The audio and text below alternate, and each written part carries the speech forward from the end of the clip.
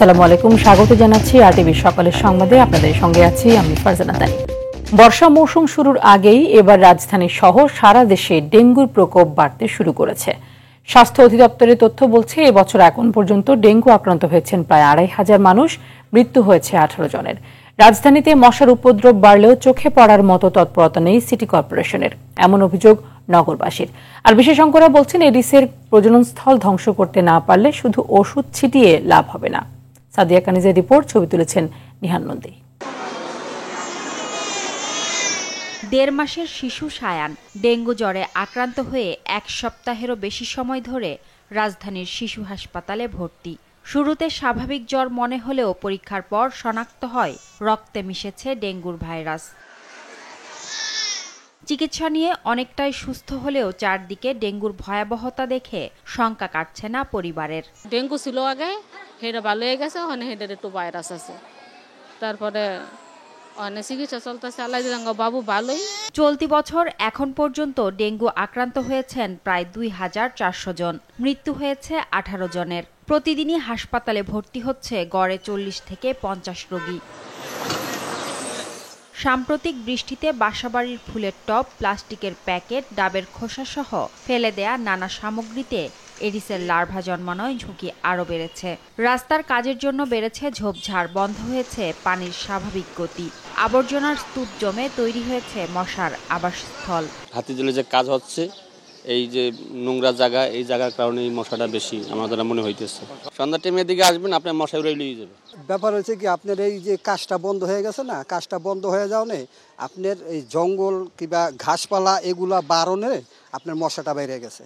আর এখানে পচা পানিটায় মশাটা আর উৎপাদন বেশি হইতেছে। আশেপাশের মানুষ যথেষ্ট সচেতন। কিছুদিন আগে এখানে পরিষ্কার করছে, নিজেরা উদ্যোগ নিয়ে পরিষ্কার করা হয়েছে, আরো পরিষ্কার করবে, কিন্তু তারপরে মশা কমতেছে না।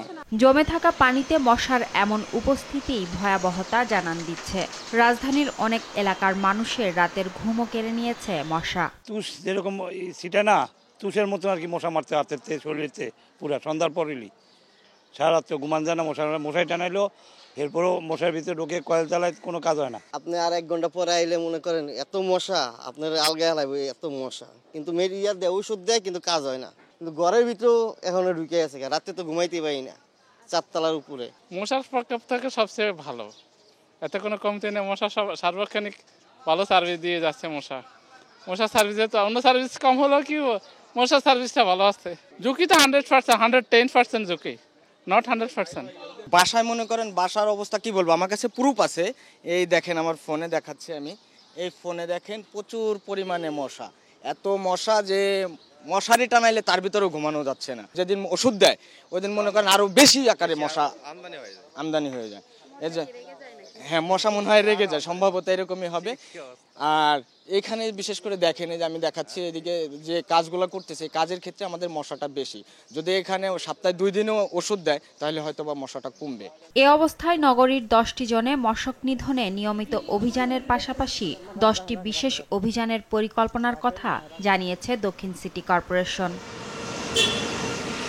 বিশেষজ্ঞরা বলছেন, শুধু ফগিং করে এডিসের বিস্তার রোধ করা সম্ভব নয়। পরিস্থিতি নিয়ন্ত্রণের বাইরে যাওয়ার আগেই ব্যবস্থা নিতে হবে। বাংলাদেশের বিভিন্ন জায়গাতে এই মুহূর্তে এডিস মশার ঘনত্ব যে ইন্ডেক্স, যেটিকে আমরা ব্রোটো ইন্ডেক্স বলি, সেই ব্রোটো ইন্ডেক্স 20-এর কাছাকাছি আছে। এডিস মশা নিয়ন্ত্রণের ক্ষেত্রে ফগিং কোনো রকম ভূমিকাই রাখে না। পৃথিবীর অনেক দেশেই আইন করে ফগিংকে বন্ধ করা হয়েছে।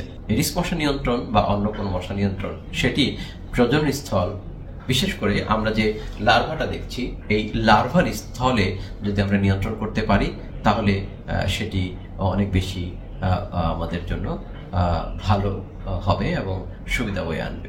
লার্ভা ধ্বংসের কাজে নাগরিকদের সম্পৃক্ত করার পরামর্শও দেন তিনি। সাদিয়া কানিজ, আরটিভি, ঢাকা। 11 বছর পার হলেও এখনও বিচার পায়নি নারায়ণগঞ্জের আলোচিত 7 খুনের ভুক্তভোগী পরিবার। 8 বছর আগে মামলাটির রায় হলেও আসামি পক্ষের আপিলে তা আটকে আছে।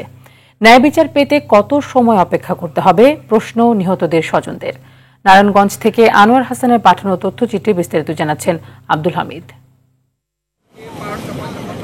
2014 সালের 27 এপ্রিল নারায়ণগঞ্জ সিটি কর্পোরেশনের তৎকালীন প্যানেল মেয়র নজরুল ইসলাম, আইনজীবী চন্দন সরকার সহ 7 জনকে অপহরণ করা হয়। 3 দিন পর শীতলক্ষা নদী থেকে তাদের অর্ধগলিত মরদেহ উদ্ধার করা হয়। র্যাবের কর্মকর্তা সহ স্থানীয় আওয়ামী লীগ নেতারা জড়িত থাকায় তখন দেশজুড়ে তোলপাড় শুরু হয়। 2017 সালের 16 জানুয়ারি এই ঘটনায় জড়িত থাকার অপরাধে 26 জনকে মৃত্যুদণ্ড দেয় আদালত। 2018 সালের আগস্টে হাইকোর্ট 15 আসামির মৃত্যুদণ্ড বহাল রেখে বাকিদের বিভিন্ন মেয়াদে কারাদণ্ড দেন। এ রায়ের পর আসামিরা আপিল করে। গত 8 বছরেও তা নিষ্পত্তি হয়নি। বিচার শেষ না হওয়ায় হতাশ নিহতদের স্বজনরা। একটা ঝুঁক হয়ে যাইতেছে, অথচ আমাদের সরকারে কোনো একটা পদক্ষেপ নিচ্ছে না। পুতই শেষ হয়ে গেছে গা, মাটির লগে মিশা গেছে গা, বিচার হয়নি। আমরা প্রত্যেকেই তাকিয়ে আছি কখন এই রায় হবে, কখন এই রায়টা কার্যকর হবে। বিচারটা যাতে তাড়াতাড়ি নিষ্পত্তি করে এবং রায়টা যাতে তাড়াতাড়ি কার্যকর সম্পূর্ণ করার ব্যবস্থাটা উনি করে দেয়। মামলা নিষ্পত্তি না হওয়ার জন্য পতিত আওয়ামী লীগ সরকারকে দায়ী করছেন বাদীপক্ষের আইনজীবী। জেলা ও জজ কোর্টের পিপি জানিয়েছেন, এ মামলা নিষ্পত্তির বিষয়ে বর্তমান সরকার আন্তরিক। তৎকালীন ফ্যাসিস্ট শেখ হাসিনা সরকার আসামিদের দিয়ে আপিলেট ডিভিশনে রিভিশন দাখিল করে 17 সন থেকে আজকে পর্যন্ত সেই রিভিশনটা এখন পর্যন্ত শুনানির অপেক্ষায় আছে। সরকার চাচ্ছে যে একটা নির্দিষ্ট সময়ের মধ্যে এই মামলাটা চূড়ান্ত রায়ের দিকে যাবে এবং আমরাও যারা এই মামলাতে রাষ্ট্রপক্ষে কাজ করেছি, এই মামলার চূড়ান্ত রায় হবে, আমরা এটা আশাবাদ ব্যক্ত করছি। 7 খুনের মামলা দ্রুত নিষ্পত্তি করে দেশে আইনের শাসনের দৃষ্টান্ত স্থাপনের দাবি জানিয়েছেন ভুক্তভোগীরা। আব্দুল হামিদ, RTV। নারায়ণগঞ্জ থেকে সরাসরি যুক্ত হচ্ছেন সহকর্মী আনোয়ার হাসান। আনোয়ার, আলোচিত 7 খুনের মামলার ন্যায় বিচার নিয়ে নিহতদের স্বজনদের মধ্যে হতাশা কেন এবং এই মামলাগুলোর ব্যাপারে আইনজীবীরা কি বলছেন? তানি 11 বছর পার হতে চলল, বিচারে দোষী সাব্যস্ত হওয়ার পরও আপিলে আটকে যাওয়ার কারণে, রায় কার্যকর না হওয়ার কারণে 7টি পরিবারে কিন্তু একেবারেই চরম হতাশায় ভুগছে। এমনকি গত 7 বছর যাবৎ আপিলের কোনো অগ্রগতি না দেখে তারা আরও হতাশায় ভুগছে। এবং তাদের মধ্যে এমন পরিবারও আছে যে 7 খুনের মধ্যে 2 জন গাড়ি চালক আছেন, যারা ছিল পরিবারের একমাত্র উপার্জনক্ষম ব্যক্তি। তাদেরকে হারিয়ে তাদের সেই পরিবারগুলো, যে শিশুটা জন্ম নিয়েছিল সে পরিবারে তার বছর 11 বছর হয়ে গেছে, সে যেমন বাবার মুখ দেখেনি, তেমনি বড় হয়ে বাবার বিচারও দেখতে পাচ্ছে না। এই ধরনের হতাশার পরে নারায়ণগঞ্জের সাধারণ মানুষের মধ্যেও কিন্তু খুব বিরাজ করছে। প্রশ্ন উঠেছে যে একটি বিচার সারতে কতদিন সময় লাগে। নারায়ণগঞ্জের 7 খুনের এই চাঞ্চল্যকর 7 খুনের যিনি আইনজীবী, সাহসী আইনজীবী হিসাবে পরিচিত অ্যাডভোকেট সাখাওয়াত হোসেন খান বলেছেন যে গত সরকার ইচ্ছে করেই এটা আপিলে নিয়ে ঝুলিয়ে রেখেছে। অপরদিকে নারায়ণগঞ্জের বর্তমান যিনি পিপি আছেন অ্যাডভোকেট আবুল কালাম আজাদ, তিনি বলেছেন বর্তমান সরকার, অ্যাটর্নি জেনারেল এবং সংশ্লিষ্ট দপ্তরগুলি খুবই আন্তরিক এবং দ্রুতই এই বিচারের রায় শুরু হবে। সাধারণ মানুষও চায় যে দ্রুত বিচার রায় কার্যকর হোক, কেননা এই ঘটনা কিন্তু নারায়ণগঞ্জকে একেবারে কলঙ্কিত করেছে। যদিও ওই 7 খুনের সাথে যারা জড়িত, মাস্টার মাইন্ড নূর হোসেন ছাড়া বা 2-1 জন ছাড়া বাকি সবাই কিন্তু নারায়ণগঞ্জ বা অন্য জেলা। তবে এই নারায়ণগঞ্জের যে কলঙ্ক লেপন হয়েছে, সেই কলঙ্ক মোচনের এখন একটাই সুযোগ, দ্রুত এই বিচারের রায় কার্যকর এবং দোষীদের সাব্যস্ত করে সেই দোষীদের সাজা নিশ্চিত করে। মানুষ অপেক্ষায় আছে সেই দিনটা কবে আসবে। ভুক্তভোগীর যে পরিবারগুলো আছে তাদেরও এখন একটাই চাওয়া যে আর কিছু চাই নাই, বিচারটা হোক। এই বিচার চাওয়ার যে আকুলতা, সেটা কিন্তু গত 11 বছর যাবতীয় চলছে। আর প্রথম দিকে যেভাবে আলোচিত হয়েছিল, সাধারণ মানুষ মনে করেছিল যে এই বিচার দ্রুত হবে, কিন্তু তা হয়নি। এখন হয়তো মানুষ কিছুটা আশা করছে যে নতুন সরকার আমলে এই বিচার দ্রুত রায় শেষ করে সাজা নিশ্চিত করবে, এমন প্রত্যাশা সবার। তানি, ধন্যবাদ আপনাকে।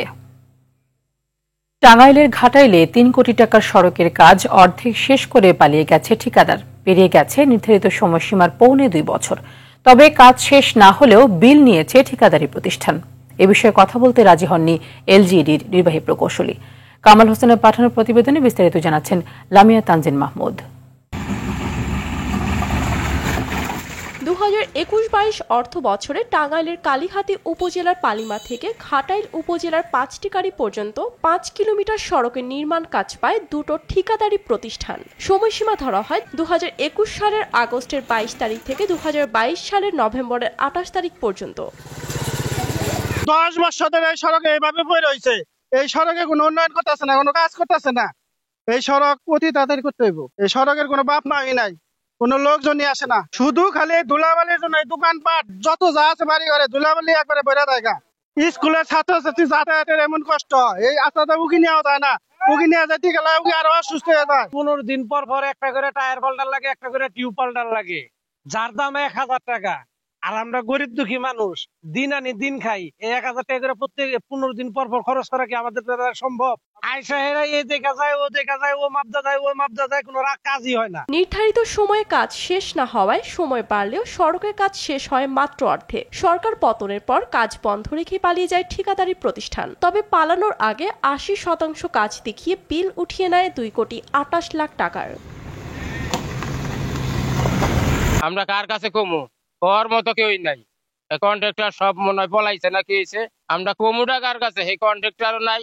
বেহাল দশা আমরা দীর্ঘদিন যাবৎ ভুগতেছি। আমাদের এই জনসাধারণের প্রচন্ড ভোগান্তির মধ্য দিয়ে আমরা এই রাস্তার পাশের এবং এই পার্শ্ববর্তী প্রায় 25-30টি গ্রাম, যেখানে লক্ষাধিকের মতো মানুষ বসবাস করে, এই রাস্তা দিয়ে যাতায়াত করে, তাদের দুরূহ অবস্থা এবং বর্তমানের যে অবস্থা, এই স্বাধীনতার পরবর্তী এই রাস্তাতে কোনো উল্লেখযোগ্য কাজ হয়েছে বলে আমার মনে হয় না। ডলার দেয়া এই করছে, পরে যে একটা করে ইট দিয়ে খোয়া দিয়া কোন ডইলা থুইছে, এবার নাই আন্দোলন হয়ে গেছে সব।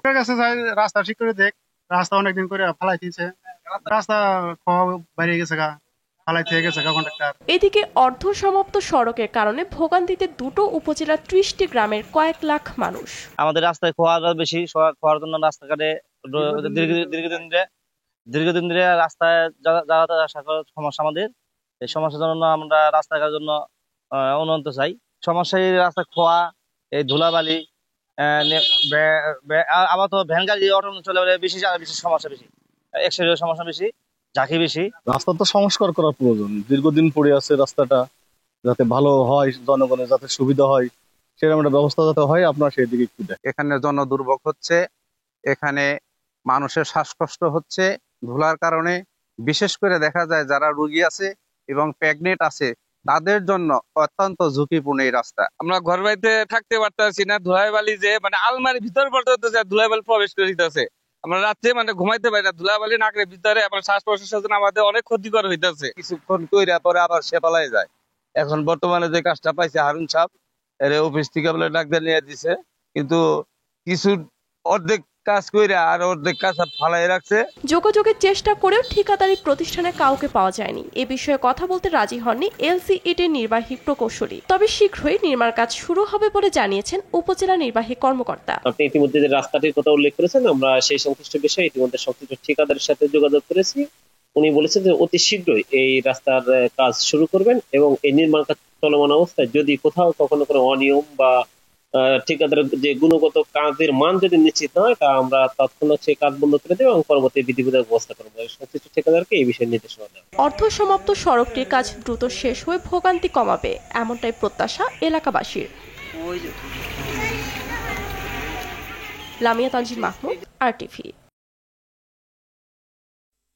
সংস্কার নিয়ে ঐক্যমত্য কমিশনের সঙ্গে আজ মত বিনিময় করবে জামায়াতে ইসলাম। সকাল 10:30টায় জাতীয় সংসদ ভবনের LD হলে মত বিনিময় অনুষ্ঠিত হবে। বৈঠকে জামায়াতে ইসলামের পক্ষে নেতৃত্ব দেবেন দলটির নায়েবে আমির ও সাবেক সংসদ সদস্য ডাক্তার সৈয়দ আব্দুল্লাহ মোহাম্মদ তাহের। পরে সংবাদ সম্মেলনে বিস্তারিত জানাবে জামায়াতের প্রতিনিধি দলটি। গত 20 মার্চ সংখ্যানুপাতিক নির্বাচন ও 2 কক্ষ বিশিষ্ট সংসদের দাবি জানিয়ে জাতীয় ঐক্যমত্য কমিশনের কাছে লিখিত প্রস্তাব জমা দেয় জামায়াতে ইসলাম। সেই সময় সংবিধান, জনপ্রশাসন, বিচার বিভাগ, নির্বাচন কমিশন সহ বেশ কিছু বিষয়ে মতামত দেয় দলটি।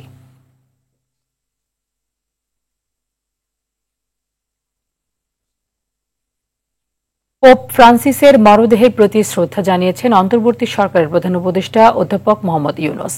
শুক্রবার ভ্যাটিকান সিটির সেন্ট পিটার স্কয়ারে পোপ ফ্রান্সিসের মরদেহের প্রতি শ্রদ্ধা জানান তিনি।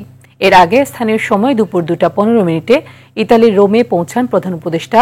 রোমের লিওনার্দো দা ভিঞ্চি বিমানবন্দরে তাঁকে স্বাগত জানান ইতালি ও ভ্যাটিকানে নিযুক্ত বাংলাদেশের রাষ্ট্রদূতরা।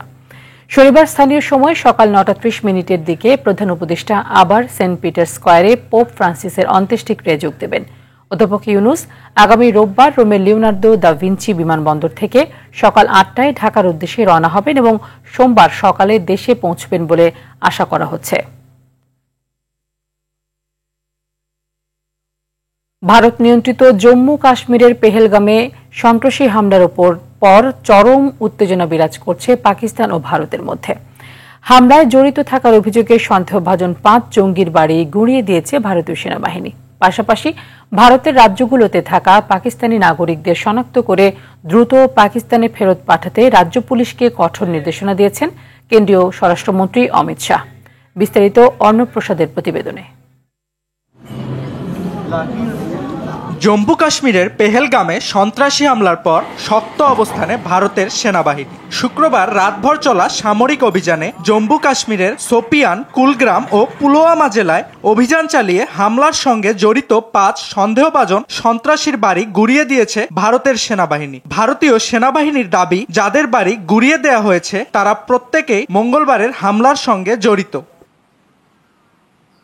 এদিকে ভারতের রাজ্যগুলোতে থাকা পাকিস্তানিদের দ্রুত শনাক্ত করে পাকিস্তানে ফেরত পাঠাতে রাজ্য পুলিশকে নির্দেশ দিয়েছেন ভারতের স্বরাষ্ট্রমন্ত্রী অমিত শাহ। দেশটির প্রত্যেক রাজ্যের মুখ্যমন্ত্রীদের এই নির্দেশ দেওয়া হয়। এছাড়াও অমিত শাহের সঙ্গে বৈঠক করেছেন ভারতের জলশক্তি মন্ত্রী সি.আর. পাতিল। বৈঠক শেষে তিনি জানান, বৈঠকে 3টি অপশন নিয়ে আলোচনা হয়েছে। মোদী সরকার স্বল্পকালীন, মধ্যকালীন এবং দীর্ঘকালীন ব্যবস্থার ওপর কাজ করছে, যেন পাকিস্তানে সিন্ধু নদের 1 ফোঁটা পানিও না যায়। শিগগিরই নদীর প্রবাহ বন্ধ করতে ড্রেজিং কাজ শুরু করা হবে এবং প্রবাহ অন্যদিকে ঘুরিয়ে নেয়ার উদ্যোগ নেবে ভারত। গত মঙ্গলবার কাশ্মীরের পেহেলগামে ভয়াবহ সন্ত্রাসী হামলায় 26 ভারতীয় পর্যটক নিহত হন। আহত হন 20 জনেরও বেশি। ভারতীয় সংবাদ মাধ্যম বলছে, দ্য রেজিস্ট্যান্স ফ্রন্ট নামে লস্কর-ই-তৈয়বার একটি সহযোগী সংগঠন হামলার দায় স্বীকার করেছে। অর্ণব প্রসাদ, RTV। শরীয়তপুরের সখীপুরের দুলারচর উচ্চ বিদ্যালয়ের প্রধান শিক্ষক হাসানুল বারী বুলবুলের বিরুদ্ধে তহবিল আত্মসাৎ সহ নানা অনিয়ম দুর্নীতির অভিযোগ উঠেছে। পরিচালনা কমিটির সদস্য ও শিক্ষকদের অভিযোগ, অবৈধভাবে নিয়োগপ্রাপ্ত বর্তমান প্রধান শিক্ষক আসার পর থেকেই ভেঙে পড়েছে বিদ্যালয়ের স্বাভাবিক উন্নয়ন কার্যক্রম। অতিরিক্ত ফি আদায়ের অভিযোগ উঠেছেন শিক্ষার্থীরাও। শরীয়তপুর থেকে আসাদ গাজীর পাঠানো তথ্যচিত্রে বিস্তারিত জানাচ্ছেন আব্দুল হামিদ। সখীপুর থানার কাচিকাটা ইউনিয়নের দুলারচর উচ্চ বিদ্যালয়ের প্রধান শিক্ষক হাসানুল বারী বুলবুলের বিরুদ্ধে বিদ্যালয়ের জমি লিজ, শিক্ষকদের বেতন আত্মসাৎ সহ একাধিক দুর্নীতির অভিযোগ উঠেছে। শিক্ষার্থীরা বলছে, রসিদ না দিয়েই অতিরিক্ত সেশন ও ভর্তি ফি আদায় করা হচ্ছে তাদের থেকে। উনি মাসে হয়তো 2-4 দিন বা 7 দিন, 1 সপ্তাহ সময় দেয় স্কুলে, বাকি সময়টা উনি কোথায় যায় আমরা জানি না। আসলে আমাদের প্রধান শিক্ষক যদি স্মোকিং করতে পারে তাহলে আমরা কেন পারবো না? 1 তারিখে আমাদের ফ্রি বই দেওয়ার কথা, হেড স্যার আমাদের থেকে টাকা নিচ্ছে, কেন নিচ্ছে সেটা আমরা জানি না। বিদ্যালয় পরিচালনা কমিটির সদস্য ও দাতাদের অভিযোগ, নিয়ম না মেনে নিয়োগ হয়েছে বর্তমান প্রধান শিক্ষকের। দায়িত্ব নিয়েই হাতিয়ে নিয়েছেন বিদ্যালয়ের আয়ের একটি বড় অংশ। শিক্ষকরা বলছেন, প্রায় 40 মাসের বেতন আটকে আছে তাদের। প্রতিবাদ করলে দেওয়া হচ্ছে চাকরিচ্যুত করার হুমকি। 40 মাস বেতন বন্ধ। এখানে সবাই মাস্টার্স কমপ্লিট করে আসছে, সবাই বোঝে যে টাকাগুলো কি হচ্ছে। রেজুলেশন এবং পত্রিকার সার্কুলার বাইরে এবং সেই অনুপাতে সে দরখাস্তই করতে পারে না, নিয়োগ কিভাবে হয়। উনি নিয়োগ পাওয়ার পর থেকেই স্কুলের অবনতি শুরু হয়ে গেছে। তবে সব অনিয়ম দুর্নীতির অভিযোগ অস্বীকার করে এগুলোকে নিজের বিরুদ্ধে ষড়যন্ত্র বলছেন অভিযুক্ত প্রধান শিক্ষক। আমাকে ম্যানেজিং কমিটি নিয়োগ দিয়েছে, তখন থেকে আমি প্রধান শিক্ষক হিসেবে দায়িত্ব পালন করে আসতেছি। আমার স্কুলে এই পর্যন্ত না হইলেও 10টা তদন্ত হয়েছে। এটা আমার বিরুদ্ধে একটা ষড়যন্ত্র, আমাকে হেয় করার জন্য বলা হয়েছে। অভিযোগ প্রমাণিত হলে প্রয়োজনীয় ব্যবস্থা নেওয়ার আশ্বাস উপজেলা শিক্ষা অফিসারের। ম্যানেজিং কমিটির সভায় আলোচনার সময় উপস্থিত ছিলাম বিধায় অবগত হয়েছি। তদন্ত করে প্রয়োজনীয় ব্যবস্থা নিতে পারবো আশা করছি। যাদের হাতে গড়ে উঠবে সম্ভাবনাময় ভবিষ্যৎ প্রজন্ম, তাদের এমন দুর্নীতির খবরে আতঙ্কিত অভিভাবকরা। তদন্ত সাপেক্ষে দোষীদের বিচারের আওতায় এনে দ্রুত বিদ্যালয়ে শিক্ষার পরিবেশ নিশ্চিতের দাবি স্থানীয়দের। আব্দুল হামিদ, RTV। সকালের সংবাদ এই পর্যন্তই। মধ্যাহ্নের সংবাদ 12টায় দেখার আমন্ত্রণ রইল। ধন্যবাদ সবাইকে।